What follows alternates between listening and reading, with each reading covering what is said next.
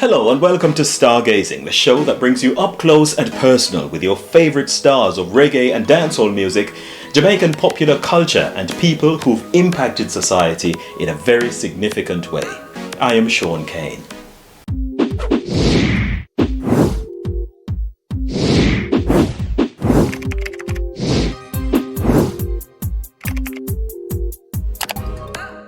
In this edition of the show, we'll speak with an entrepreneur who truly embraces the concept of multiple streams of income. He owns a diversified portfolio of lucrative businesses, ranging from funeral directors to sports and music promotion. Let's take a look. Irish playwright George Bernard Shaw once said, "The people who get on in the world are the ones who get up and look for the circumstances they want, and if they can't find them, make them." This quote sums up the motivation behind Southern Trelawny native Paul Patmore's trajectory as a prolific businessman. Patmore rose from humble beginnings in Lowe River, Trelawny, to become one of the most influential business moguls in Jamaica. His empire spans funeral directors, sports and music production and promotion, among other enterprises. Patmore has told the Stargazing with Shaun Cain show that he was always keen on earning money from he was a little boy. He explains that he completed his first successful business transaction when he was just 4 years old. The Trelawny native says a member of the community gave him a chicken as a present, and he cared for it until it started producing eggs. Young Patmore sold the eggs to a local shopkeeper and put the money into his piggy bank. He says from that day he knew he was going to become a businessman, as the feeling he got from earning his own money was exhilarating. The Knox College graduate recalls that after leaving high school he went into yam farming, which is the main agricultural crop grown in South Trelawny. However, unlike many of his fellow yam farmers, his venture ended in disaster. He admitted that he failed miserably. Although he was disappointed, his determination to succeed in business was unfazed. The father of two said he kept anchoring himself in his youthful experience of selling his eggs and saving his money. It did not take long for his first big breakthrough. Even though he knew the opportunity might not be for the faint-hearted, he did not hesitate in 1991. Before long, he was transporting the dearly departed in a dignified way to their final resting place. The business has eventually grown into Patmore's funeral home and the White Dove Gardens in Lowe River, Trelawny. As Patmore reflects on his undertaker's operations over the years, he says his biggest satisfaction comes from the appreciation that his customers have expressed as he ensures that their loved ones are laid to rest with dignity. Patmore is a philanthropist who sees the community of Lowe River as his extended family. He supports the Lowe River Primary and Junior High School, his alma mater, and regularly provides treats and funfair rides for the children. He has also funded the establishment of a water project that supplies the precious commodity free of cost to more than 100 homes in Lowe River. Patmore created history when he became the first independent councillor in Jamaica for several decades. However, he says he has been put off by the current political culture in Jamaica, and as a result, he did not seek re-election. The Trelawny businessman is on a mission to make sections of Manchester and Trelawny a business mecca that will attract thousands of shoppers from all over the country every year. He has since built up a diversified portfolio of businesses, which includes boxing promotions, a sport which is one of his favourite pastimes. He has so far hosted 2 tournaments, which saw international competitors do bouts with local contenders. The celebrated entrepreneur's entertainment portfolio also includes beauty pageants and Paul Patmore Production, PPP, a fledgling record label. Rise to the occasion, look at yourself and say you strong. What more them can stop you, no way. PPP will soon be releasing a juggling with songs by vintage artist Pinchers, Gold God, a slate of local entertainers, and the high-riding dancehall star Trelawny in 2021. Welcome back. You are based in Southern Trelawny, Paul, and that is predominantly a farming region.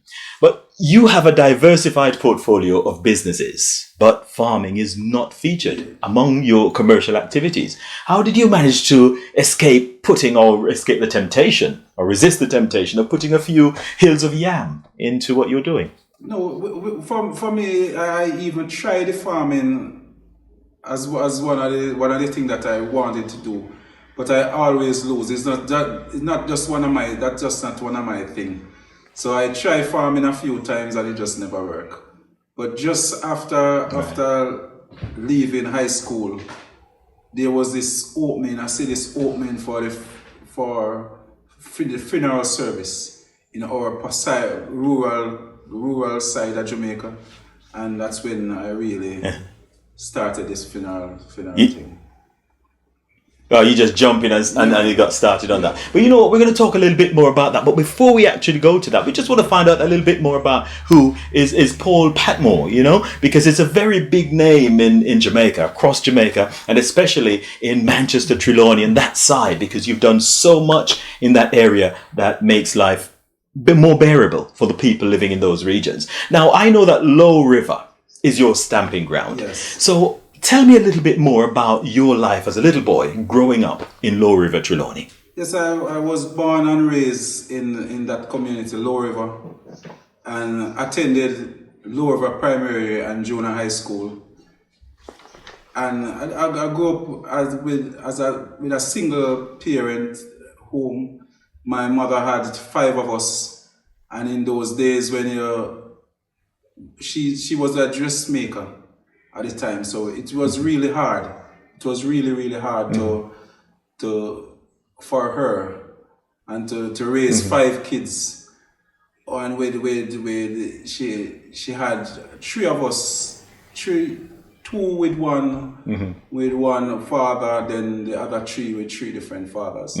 So it was it was one of those mix-up homes, you know. And she had to raise us by herself, and it was always like me as a little one who would like to hustle, and that, you know, that just grew in me. Yes. Always have my little chicken, my little goat. Really? Just about any little thing, yeah. Yeah. Just to trying to be independent from a tender age. I think I was around 4 when I get my first little hen and start laying, and I start to sell my little 1 egg to the shopkeeper and 2 eggs to the shopkeeper. And so I started really, but life was really hard for us at that time. So your dad, did you ever meet him, or because he wasn't at home, but was he ever around? Yes. My father was around. He was living in Christian and Manchester. He take care of me.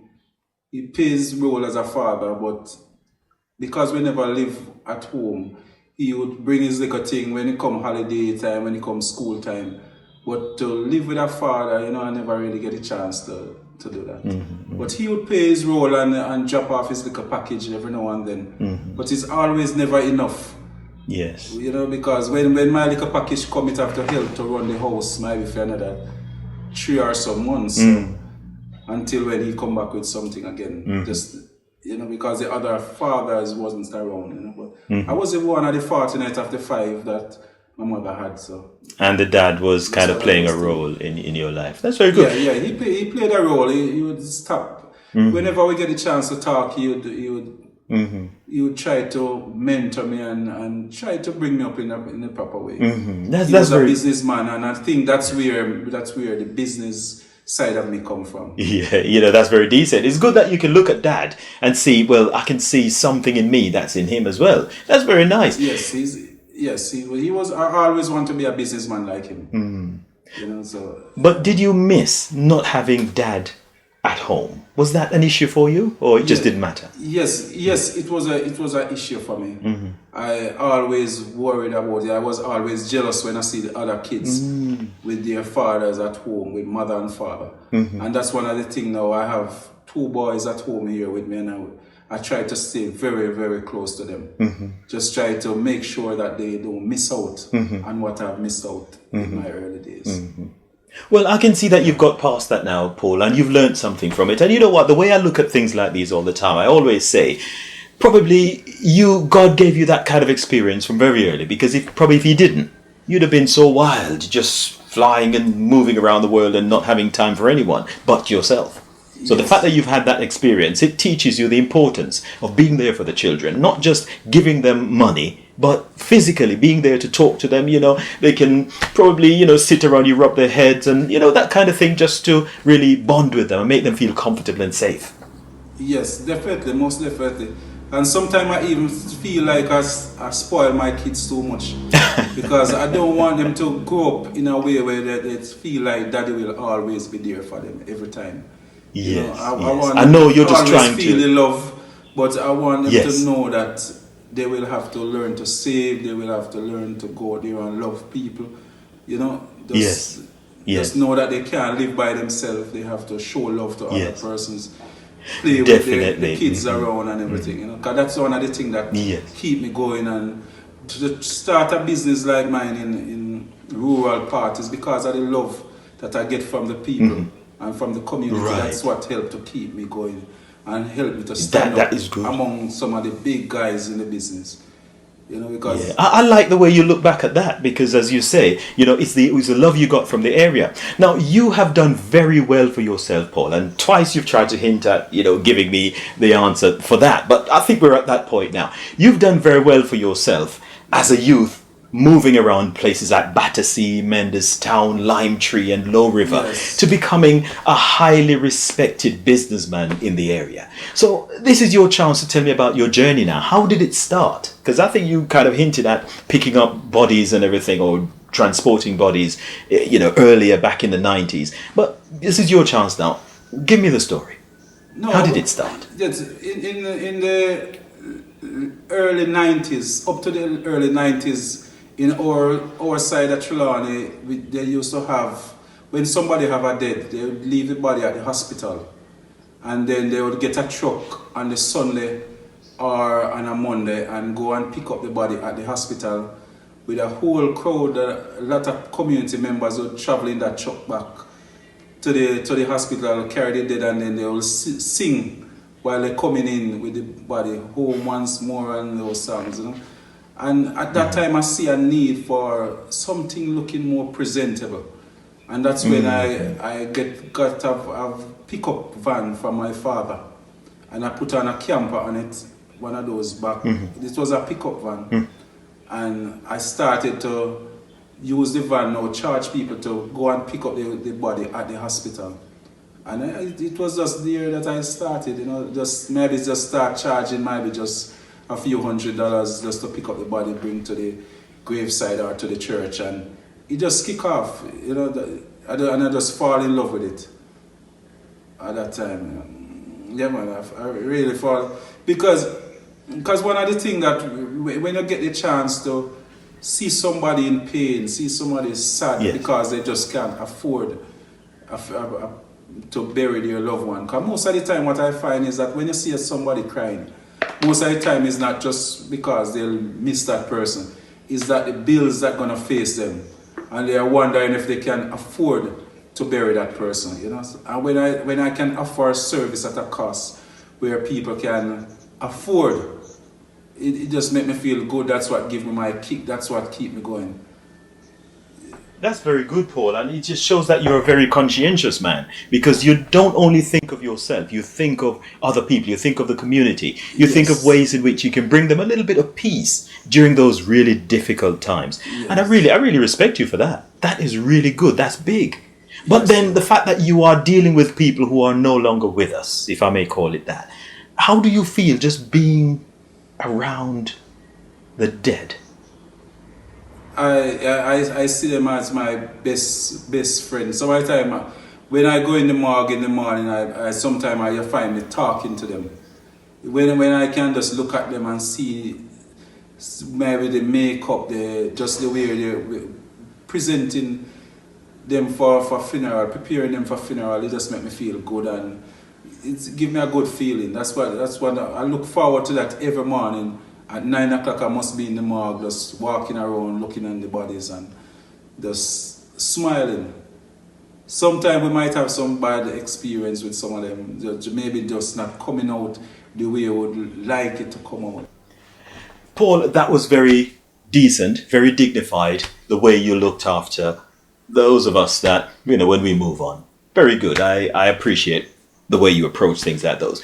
But let's look at business in general now, because what you do is a business, and that involves making decisions. It involves cash flow, all sorts of things there. So would you say that you running your business, it's always been smooth sailing, or there have been some setbacks sometimes? Yeah, for me, it was a little bit of ups and downs. One of the challenges that we have is getting cash from the bank. Getting the banks to lend your money to do business. You can walk into the bank and ask them for a loan to buy a pretty car, and you easily get it. You get that in a day. But when you bring to a business plan to them, it's really hard to get to convince them that yes, we can make a profit from this business.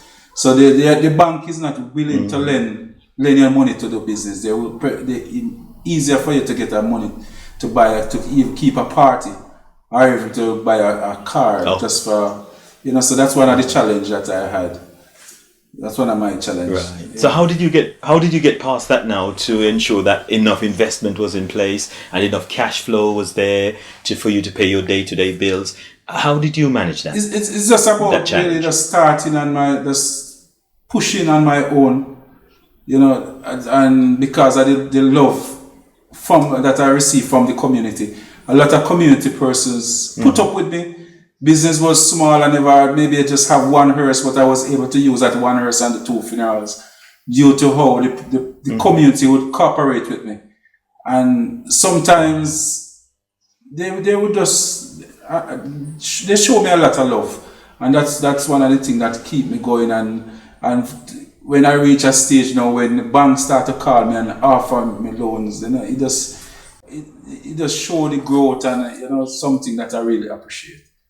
And I have to give the praise to the community members, the little man, my little neighbors, my little community friends, the person that we go to school with, and all those persons. Those are the persons that really push me and keep me going. That's very nice to have that kind of support, the loyalty of the community. But also, I had an investment banker on this platform a few weeks ago. His name is Dino Hines. Now, he was also talking about having a diversified business portfolio. Now, you did everything that Dino spoke about. He's got all the diversified portfolio of businesses.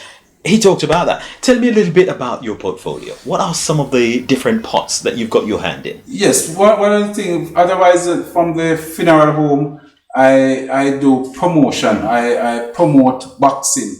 Boxing is one of my passion, and up to the beginning of the COVID, we were planning a major boxing match in Mandeville.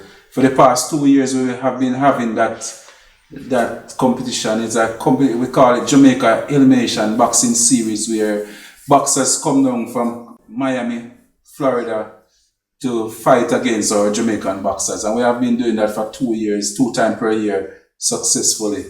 I promote parties, stage shows. I even have a rental company where I rent stuff for parties like stage, trusting, lights, everything for party. One of the things that I've been doing over the years, from as early as 2000, it was a sound system.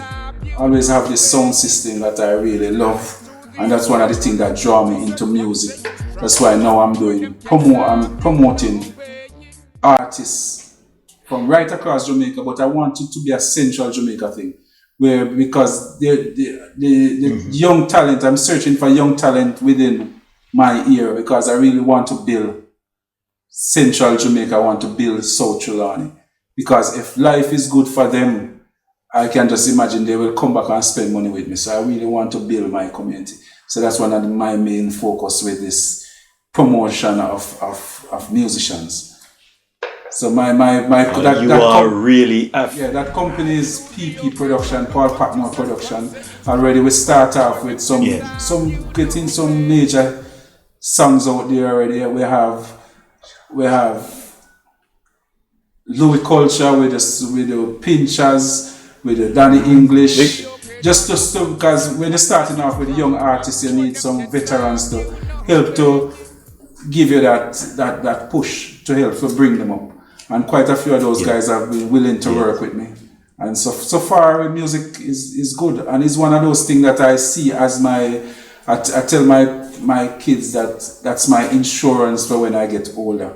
As I'm just trying to put out songs now, and watch when I'm sleeping. I just watch somebody down in India just download one of the songs, and I might just get even just $0.00, but it's just make me feel good. Just to know that while I'm in bed, those songs are working somewhere across the world for me. You know, so I tell you what, as I said, Paul, you did everything, or you are doing everything that Dino spoke about, because he talks about passive income. Yeah. And that's what it is, because you're not doing anything to physically to earn that money, but you've got your investment out there, yes, and that's what's pulling the money in. Yes, passively. Yes, definitely. So you've got it, man. You've got the vision for it. You know, you are well aligned for this. Yes. You've got all the makings for business, and I really, really like this. And the vision that you've got for Central Jamaica as well as for South Trelawny, in terms of making it a business mecca in Jamaica. Yes, definitely. I like that. And then with the music now that you spoke about, well, that took me by surprise that, you're into all these different things. Rise to the occasion, look at yourself and say you strong. What more them can stop you, no way. Some of the artists that you worked with, Pinchers and the old Gangalee Louis culture. But in terms of the new age artists now, who are some of those? Coming out next month, we have a mix with Javelani, Gold God. We have some guys from in Central Jamaica here. One we call Shadow, Tipsy, Diplomat, Kerry Lopez. There's some new artists from in Central Jamaica, but we have somebody from out the Six also, and that mix. Right. Yeah. So Javelani will be one of the main persons on that in that mix. Well, Gold God, yes, one of those internet sensation now, and he's doing well also. Right. Those are some popular names that you mentioned there, so I can see that you're strategizing as well, because you are handpicking the kind of people that you work with, because you mix them as well, so you know that they'll have lots of appeal out there to different groups of people. Yes, definitely. That's a good strategy. Definitely. Yes. Yeah. But you are very much a true philanthropist, I'm telling you, Paul, because the kinds of things that you've been getting up to, I tell you what, it's just great listening to your story, because I know that you also in 2006 you won the Governor General's Award for services to the community. Yes. How did that make you feel? That's a big one, isn't it? Yeah. Yes, that's a big one for me. It's good when persons can really show that they appreciate what you are trying to do in the community. One of the projects that I was doing at the time was distribution of garbage drums right across South Trelawny. There's a basic school named Highgate Hall Basic School. I single-handedly sponsored that school maybe for around 3 or 4 years. Yes, and that's one of the things that touched the entire community. A few years later, there's this water, there's a spring that we found above the community in Lowe River, and I used my own funds and take that water from the hills down. It was around 3,000 feet down to the community, and presently we have over 100 houses connected to that water, where the persons can get water free of cost. Wow. Yeah, and it's one of those, all you're doing. Yes, and it's one of those water sources that never goes dry. So it's yeah, man. And when right now there's over 30 trucks. The people that have pickup, they use this to start a business where they put a tank in their van or 2 tanks in their truck and drive around and sell water. Go as far as Manchester, Clarendon, Senton, further down in Trelawny. So that's one of the things that really make me feel good and give me that joy and make me know that I really have to keep on doing what I'm doing.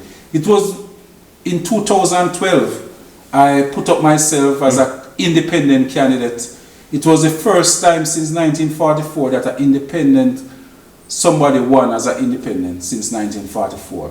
You have persons who... And that's the local government, that's the parish council, parish local council government election. Election in 2012. Yes, and it's one of those things that really... It was at that time now that I realized that I wasn't really a politician. Because when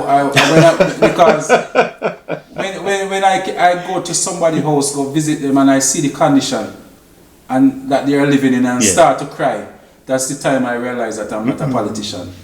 Because to be a good politician, maybe you can't love people that much.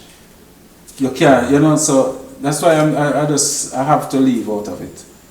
It's just one of those things. Because I realized that after you finished your 4 years, you did not seek re-election. No. And I was keen to find out why you did not, because if the community is so appreciative of you, why would you not want to serve them again as their councillor? But this is why. It's in Jamaica. Its system is really set up for the PNP and the JLP. It don't set to assist. They will try to work around you. They try to do everything to destroy you. So at that time I said, well, I best to just leave. And presently I'm a justice of the peace, and I serve in my community as a justice of the peace at this time.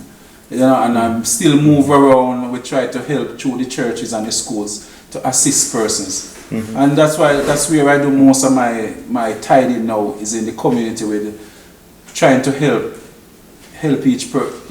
persons and just encourage them to go and help somebody. They don't have to pay me back, but just find somebody and help somebody.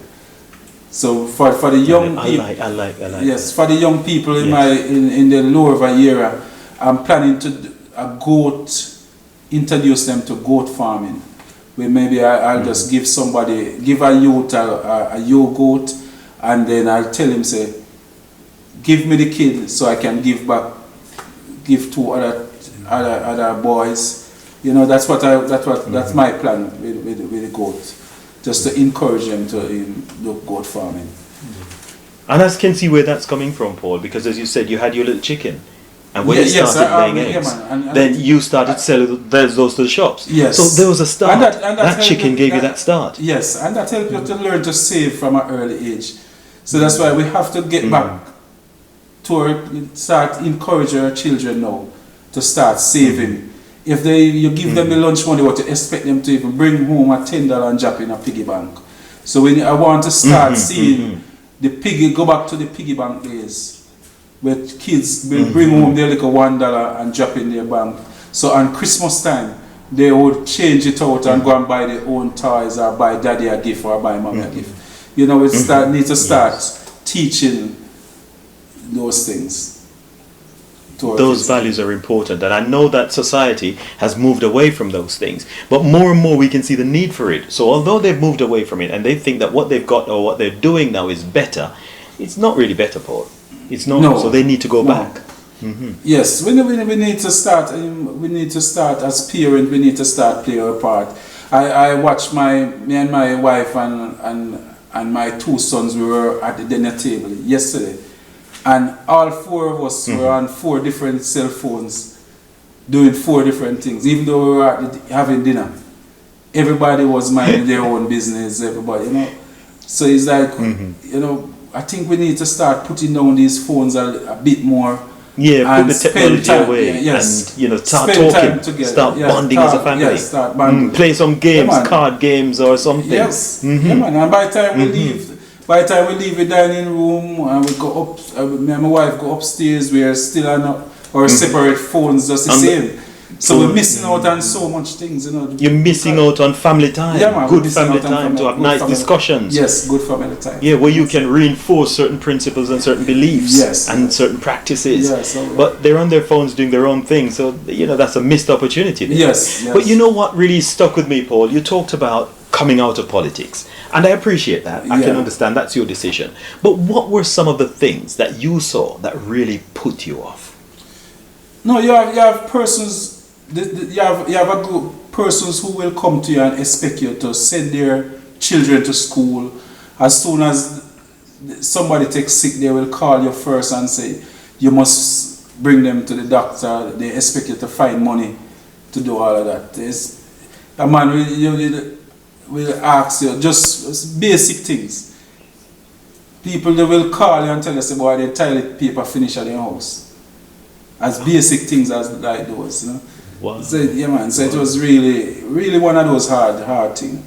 And too much pressure on you. Yeah, man, just too much pressure. And the same person that you give, if you give them 199 times, and they come the 100 times and you say you don't have it, you are the worst politician ever.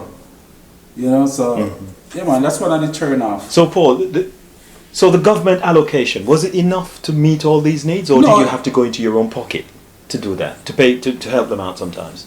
Yes, we had to go into our pockets because of the culture of the people. Because the government don't give you money to hand out to people to help them bury their dead or anything. They give you money you get money to clean the drains, keep it you're responsible for the street lights, the local, the water in the air. Those are the things that you're responsible for.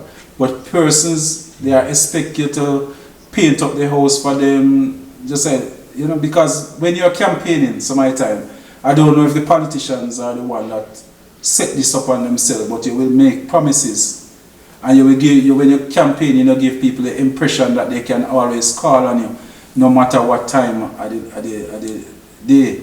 So when the real thing hit you now, that's when reality hit you.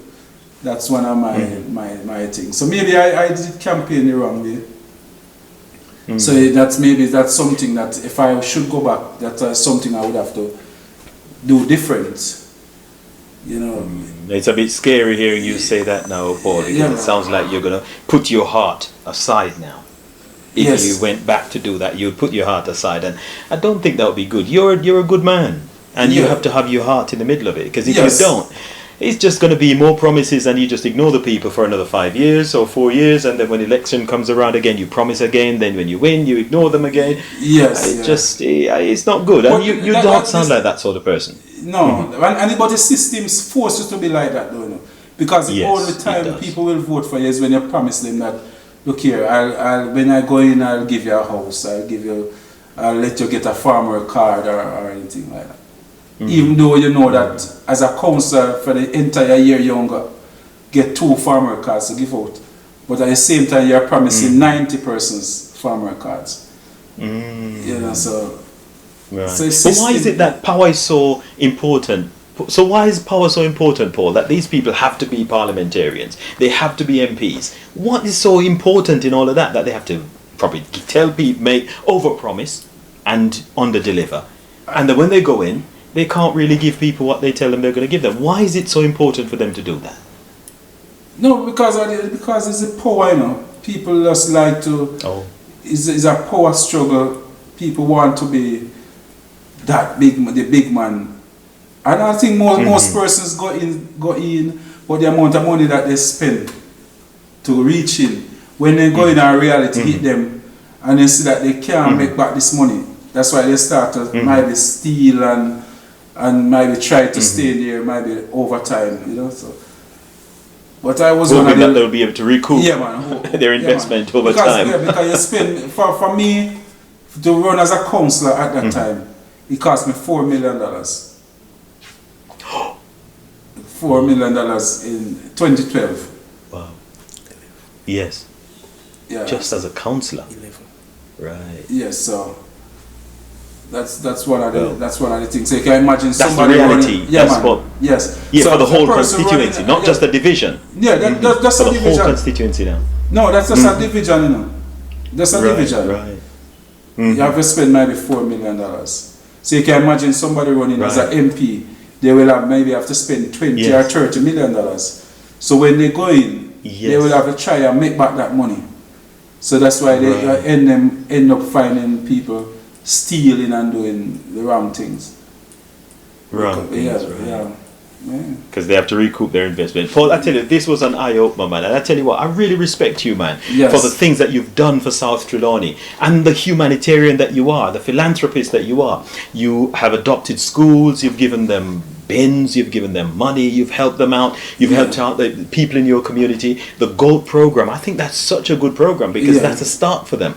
And then they can give their goat, sell their goats and, invest in other things and improve their lives. And that's what I think the MPs should be doing and politicians. But then, we know the story on that. So thank you so much. I'll thank you on their behalf because it's really a good deed that you are doing. Yes. And, you're being blessed, man. You're getting, because you find that your portfolio is building up more and more every day. And you've got even more ideas coming up every day. So it's all great, man. So, Paul, it was really, really nice talking to you and learning a little bit more about your life and also about your business and about your determination, your dreams, and all these different things. It was really great. But Paul, before I let you go, I always like to challenge my guests to see how much they know about reggae and dancehall music. I generally take questions from this book. It's called Reggae Larger Than Life, the ultimate reggae music fun and games book. It's written by myself. The book is currently available from Amazon. Also in Jamaica, it's available from Ashby's Pharmacy, 160 Old Hope Road in Kingston. Also, if you're more of an app person, the Android version of the app is available from the Google Play Store. Just type in Reggae Larger Than Life Fun app and you'll be able to download it and have lots and lots of fun. So, Paul, I've selected some questions for you. Are you ready, sir? Yeah, man, give it a shot. Okay, all right, okay, let's see that. You sound very confident, so we'll run on. All right, the first question says, there was a big ship sailing on the ocean more than 35 years ago. The captain, or the singer, was a 12 Tribes of Israel Rastafarian brother. What was his name? The options are Freddie McGregor, John Holt, Eddie Grant, and Half Pint. Yeah, man, it must be Freddie McGregor, man. Right, the big ship sailing on the ocean. Great, Freddie. Right. Well, you're a music promoter, so this is your zone. I get that. Right. The next one now, as we sort of move on from this now. Yes. So the next one now, Paul, it goes like this. Who reminded us that John Crow says him nah work on a Sunday? The options are the late Tenorsaw, the late Garnet Silk, the late Dirtsman, the late Panhead.